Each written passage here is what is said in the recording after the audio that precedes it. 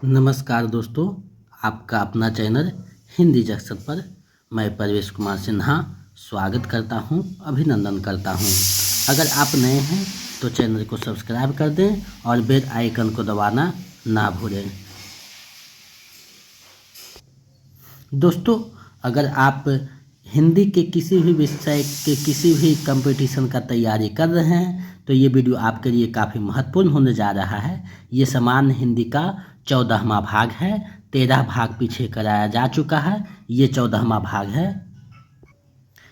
इस वीडियो में जो 30 अति महत्वपूर्ण प्रश्न पूछे जाते हैं, किसी भी हिंदी से संबंधित कंपटीशन एग्जाम हो उसमें कहीं ना कहीं देखने को मिलता है। चाहे आप स्टेट का दे रहे हैं, बीपीएससी का दे रहे हों या केवीएस के दे रहे हों या यूजीसी नेट का दे रहे हों, ये जो प्रश्न है काफ़ी महत्वपूर्ण है, क्योंकि इसमें जो है महत्वपूर्ण प्रश्नों को जो पीछे कहीं ना कहीं पूछा गया है उसी को समाहित किया गया है। तो आप हिंदी विषय के किसी भी वर्ग का, चाहे बीपीएससी का या फिर नेट का या फिर स्टेट का तैयारी कर रहे हैं तो ये वीडियो आपके लिए काफ़ी महत्वपूर्ण होने जा रहा है। और 30 में आपका कितना सही होता है हमें कमेंट करके बताइएगा, ताकि हम समझ सकें कि आप लोग जो है तैयारी में लगे हुए हैं। और इस बार जो है स्टेट में बहुत अच्छा मेरा रिजल्ट रहा है, मेरे बच्चों का, मेरे जो नोट्स था उसका अच्छा रिजल्ट देखने को मिला है। और बीपीएससी जो 3.0 हुआ है उसमें भी बहुत अच्छा रहा है। आपको किसी को विश्वास नहीं है तो आप जो मेरे नोट्स से पढ़ें उनसे आप सजेशन या पूछ सकते हैं। तो इसलिए आप जो है मेरे चैनल पे बन के अपनी तैयारी को बेहतर कर सकते हैं। हिंदी के लिए मेरे चैनल के अलावा कोई भी पुस्तक पढ़ने की आवश्यकता नहीं है। तो चलिए आज के प्रश्नों को देखते हैं। आप लोग वीडियो के अंत तक बने रहिएगा और वीडियो को ज़्यादा से ज़्यादा शेयर कीजिएगा, ताकि हम जो आपके लिए मेहनत करते हैं उसका हमें एक मोटिवेशन मिल सके। पहला प्रश्न आप लोगों के सामने है, भक्तिकार को हिंदी साहित्य का स्वर्णकाल या स्वर्ण युग किसने कहा है? भक्तिकार को हिंदी साहित्य का स्वर्ण युग या स्वर्णकाल किसने कहा है, आपको बताना है।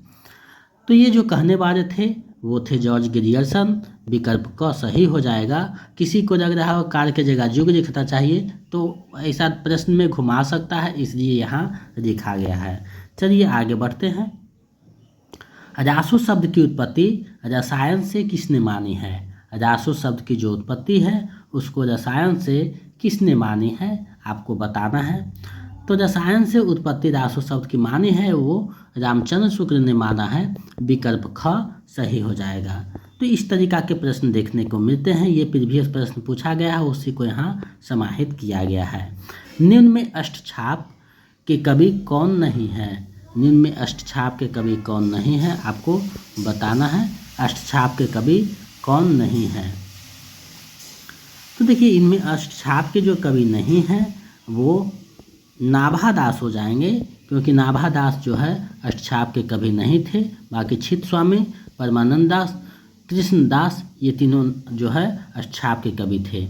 यहाँ देखिए टाइपिंग जो मिस्टेक हुआ है वो कन्वर्ट जो हुआ है वर्ड में उसके वजह से हो गया है, तो इसको अन्यथा में ना दें, क्योंकि जल्दी जल्दी में जो है इसको इग्नोर हम करते गए हैं। आगे जो चौथा प्रश्न है, निम्नलिखित में कौन सा ग्रंथ है? निम्नलिखित में कौन सा ग्रंथ केशव रचित नहीं है? यहाँ केशव होगा, केशव दास द्वारा रचित नहीं है। निम्नलिखित में से कौन सा ग्रंथ जो है केशव दास द्वारा रचित नहीं है, आपको बताना है कि कौन सा ग्रंथ जो है केशव दास द्वारा रचित नहीं है। यहाँ देखिए नहीं पूछ रहा है, तो आपको प्रश्नों को अच्छे से देखना है। तो देखिए छंदमार भी है, विज्ञान गीता भी है, जहांगीर जसचंद्रिका भी है, लेकिन ये जो भाषा भूषण है वो उसका नहीं है। विकल्प ख सही हो जाएगा। चलिए आगे बढ़ते हैं। हिंदी रंगमंच का जनक किसे कहा जाता है? हिंदी में जो है रंगमंच का जो जनक है वो किन्हें कहा जाता है, आपको बताना है। तो हिंदी रंगमंच का जो जनक है वो भारतेंदु हरिश्चंद्र को माना जाता है। विकल्प ग सही हो जाएगा। चलिए आगे बढ़ते हैं। साकेत के रचनाकार कौन है, आपको बताना है। साकेत के रचनाकार कौन है? तो साकेत के रचनाकार जो हैं आप सभी को पता होगा कि साकेत किनके द्वारा लिखा गया है। मैथिली चंद्रगुप्त की रचना है साकेत। विकल्प ग सही हो जाएगा। चलिए आगे बढ़ते हैं, अगले प्रश्न को देखते हैं। इनमें से कौन छायावाद को स्थूल के प्रति सूक्ष्म का विद्रोह कहा है? इनमें से कौन छायावाद को स्थूल के प्रति सूक्ष्म का विद्रोह कहा है, आपको बताना है। तो डॉक्टर नगेंद्र हैं जो स्थूल के प्रति सूक्ष्म का विद्रोह कहते हैं छायावाद को। विकल्प ग सही हो जाएगा। चलिए आगे बढ़ते हैं, अगले प्रश्न को देखते हैं। अगला प्रश्न क्या कहता है? फूल नहीं रंग बोलते हैं किसका कविता संग्रह है? फूल नहीं रंग बोलते हैं किनका कविता संग्रह है, आपको बतानी है। तो ये जो कविता संग्रह है केदारनाथ अग्रवाल का ये जो है कविता संग्रह है। विकल्प ख सही हो जाएगा।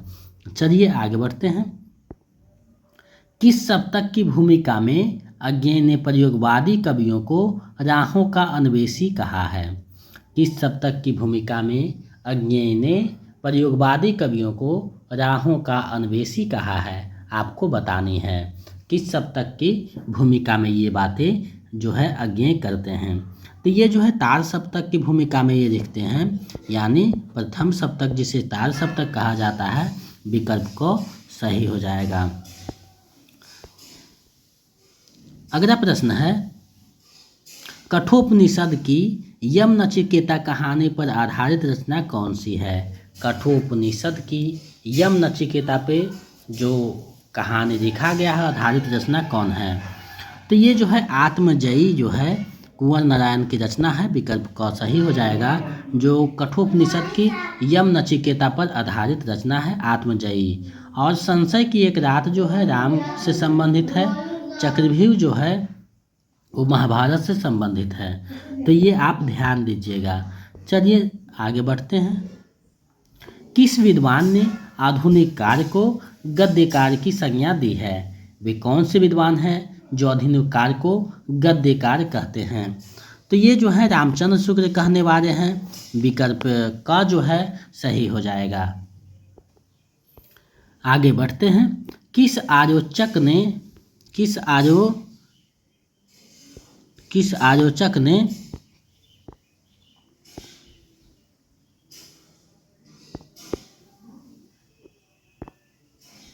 हिंदी का उदय संवत 1050 ईस्वी से माना है? किस आलोचक ने हिंदी का उदय जो है संवत 1050 से माना है, आपको बताना है। तो ये मानने वाले जो हैं रामचंद्र शुक्ल हैं। रामचंद्र शुक्ल हो जाएंगे। विकल्प ख सही हो जाएगा। यहाँ जो टाइपिंग मिस्टेक है, जो कन्वर्ट जो हुआ है फॉन्ट, उसके वजह से हो गया है जहाँ तहाँ, तो उसको आप लोग अन्यथा में नहीं दें।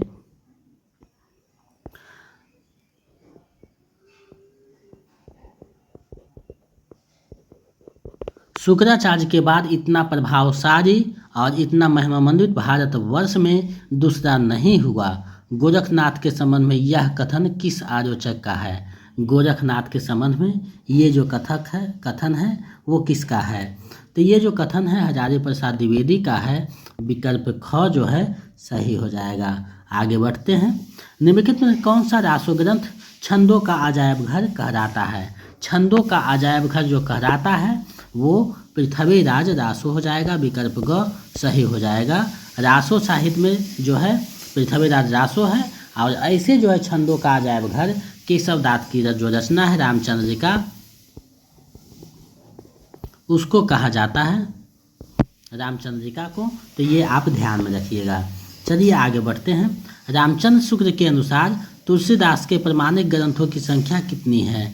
रामचंद्र शुक्ल के अनुसार तुलसीदास के जो प्रमाणिक ग्रंथ है उसकी संख्या कितनी है? तो ये 12 मानते हैं। विकल्प ग सही हो जाएगा।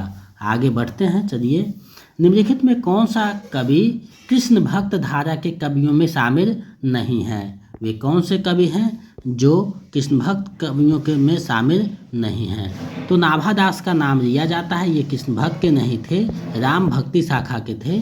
विकल्प ग सही हो जाएगा। चलिए आगे बढ़ते हैं। रीतिकार के किस कवि ने अपनी कविताओं में ऋतुओं और त्योहारों के साथ जीवन को खूबसूरती के साथ मिलाया है? वे कौन से कवि हैं जो ऋतुओं और त्योहारों के साथ जीवन की खूबसूरती को मिलाया है।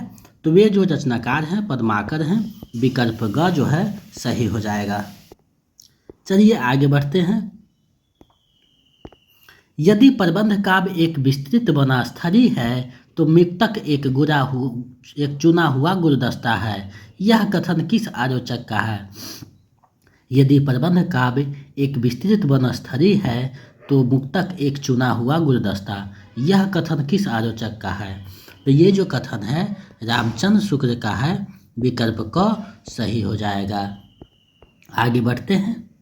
निज भाषा उन्नति है, सब उन्नति कै मूल, विद निज भाषा ज्ञान कै, मिटे नहीं के सूर। यह पंक्ति किसकी है? यह पंक्ति किसकी है? तो ये भारतेंदु हरिश्चंद्र की पंक्ति है, विकल्प क सही हो जाएगा। आगे बढ़ते हैं। खड़ी बोली का प्रथम महाकाव्य किसे माना जाता है? खड़ी बोली का प्रथम महाकाव्य किसे माना जाता है आपको बताना है। तो प्रथम महाकाव्य हरिऔध की रचना है प्रिय प्रवास, उसी को माना जाता है, विकल्प घ सही हो जाएगा। एक भारतीय आत्मा किस कवि को कहा जाता है? एक भारतीय आत्मा किस कवि को कहा जाता है? तो माखन राज चतुर्वेदी को एक भारतीय आत्मा कहा जाता है, विकल्प ग जो है सही हो जाएगा। राम की शक्ति पूजा का प्रकाशन वर्ष क्या है? राम की शक्ति पूजा का प्रकाशन वर्ष क्या है आपको बताना है। तो राम की शक्ति पूजा का प्रकाशन वर्ष जो है 1936 है, विकल्प ख सही हो जाएगा। ये जो है निराला की रचना है, जिसे हिंदी साहित्य का प्रथम शोक गीत माना जाता है। ये अपनी पुत्री सरोज के मृत्यु पे लिखे थे। चलिए आगे बढ़ते हैं। निम्नलिखित में से कौन सा कवि प्रगतिवाद से संबंधित नहीं है? वे कौन से कवि हैं जो प्रगतिवाद से संबंधित नहीं हैं? तो अयोध्या सिंह उपाध्याय हरिऔध हो जाएगा, विकल्प ग सही हो जाएगा। आप लोग वीडियो को ज़्यादा से ज़्यादा शेयर कीजिए और 25 से 26 तारीख से 4.0 का बीपीएससी जो है उसका क्लास शुरू हो जाएगा। तो आप लोग समय निकाल कर रात को 8 बजे से 9 बजे के बीच जो क्लास होगा उसको देखते जाइएगा। जो स्टेट पास कर गए हैं, जिनका जो है स्कोरिंग क्वालिफाई है, वो सभी 4.0 में शामिल होकर वीडियो को देख सकते हैं। और नोट्स नहीं दिए हैं तो 249 रुपये मेरे नंबर 726181 5307 पे पेमेंट करके स्क्रीनशॉट भेज दीजिए, तो नोट्स और प्रैक्टिस सेट आपको दे दिया जाएगा। चलिए देखते हैं। भारत में प्रगतिशील लेखक संघ की स्थापना कब हुई? भारत में प्रगतिशील लेखक संघ की स्थापना कब हुई? तो 1936 में होती है, विकल्प घ सही हो जाएगा, जिसका प्रथम अधिवेशन लखनऊ में होता है और उसके अध्यक्ष मुंशी प्रेमचंद चुने जाते हैं। तो ये बहुत महत्वपूर्ण प्रश्न है। प्रयोगवाद को किसने बैठे ठाड़े का धंधा कहा है? प्रयोगवाद को किसने बैठे ठाड़े का धंधा कहा है आपको बताना है। तो ये जो कहने वाले हैं नंद दुलारी वाजपेयी जी हैं, विकल्प ख सही है, जो प्रयोगवाद को बैठे ठाड़े का धंधा कहा है। तार सप्तक का प्रकाशन वर्ष है, तार सप्तक का प्रकाशन कब हुआ था ये आपको बताने हैं। तो तार सप्तक का जो प्रकाशन हुआ था 1943 ईस्वी में हुआ था, विकल्प क सही हो जाएगा। परपद्यवाद के अंतर्गत इनमें से किस रचनाकार का नाम सम्मिलित नहीं है? यानी परपद्यवाद के अंतर्गत कौन से रचनाकार नहीं आते हैं? तो नरेंद्र बिलोचन शर्मा आते हैं, केसरी कुमार नरेश तीनों आते हैं, लेकिन नंद किशोर आचार्य नहीं आते हैं। तो विकल्प ख सही हो जाएगा, क्योंकि नहीं पूछा है। और एक नाम आपको जो है कमेंट में बताना है कि परपद्यवाद को और किस नाम से जाना जाता है। एक आदमी रोटी बेलता है, एक आदमी रोटी खाता है, एक तीसरा आदमी भी है जो ना रोटी बेलता है ना रोटी खाता है, वो रोटी से खेलता है। मैं पूछता हूँ वो कौन है? उपयुक्त जो पंक्तियाँ हैं किसकी है? ये जो पंक्ति है वो किसकी है? तो सुदामा पांडे धूमिल की पंक्ति है, विकल्प ग सही हो जाएगा। संसद से सड़क तक जो कविता संग्रह है उसी में ये पंक्ति देखने को मिलेगा। निम्नलिखित में से कौन सा पत्रिका का संबंध भारतेंदु हरिश्चंद्र से है? निम्नलिखित में से कौन से पत्रिका का संबंध भारतेंदु हरिश्चंद्र से है आपको बताना है। तो हरिश्चंद्र मैगजीन, 12 बुढ़नी, कवि वचन सुधा, तीनों का संबंध जो हरिश्चंद्र से है तो उपयुक्त में से सभी हो जाएगा, विकल्प घ सही हो जाएगा। चलिए इस वीडियो का अंतिम प्रश्न देखते हैं। हिंदी प्रदीप पत्रिका के संपादक कौन थे? हिंदी जो प्रदीप पत्रिका है उसके संपादक कौन थे आपको बताना है। तो इस पत्रिका के जो संपादक थे वो बालकृष्ण भट्ट थे, विकल्प ख सही हो जाएगा। तो आज जो है 30 प्रश्न जो है आपके सामने महत्वपूर्ण प्रश्न रखा, इसमें आपका कितना सही हुआ है हमें कमेंट करके बताइए। और आज का प्रश्न आप लोगों के लिए है, रीतिकार को श्रृंगारकार किस विद्वान ने कहा है? हमें कमेंट करके बताइए कि रीतिकार को श्रृंगारकार किसने कहा है। और अगर आप मेरे चैनल पर नए हैं तो सब्सक्राइब करके बेल आइकन को दबा दें ताकि मेरे आने वाले वीडियो का नोटिफिकेशन आपको मिलता रहे। तो मेरे साथ इतना देर तक बने रहने के लिए बहुत बहुत धन्यवाद। मिलते हैं एक नए वीडियो में।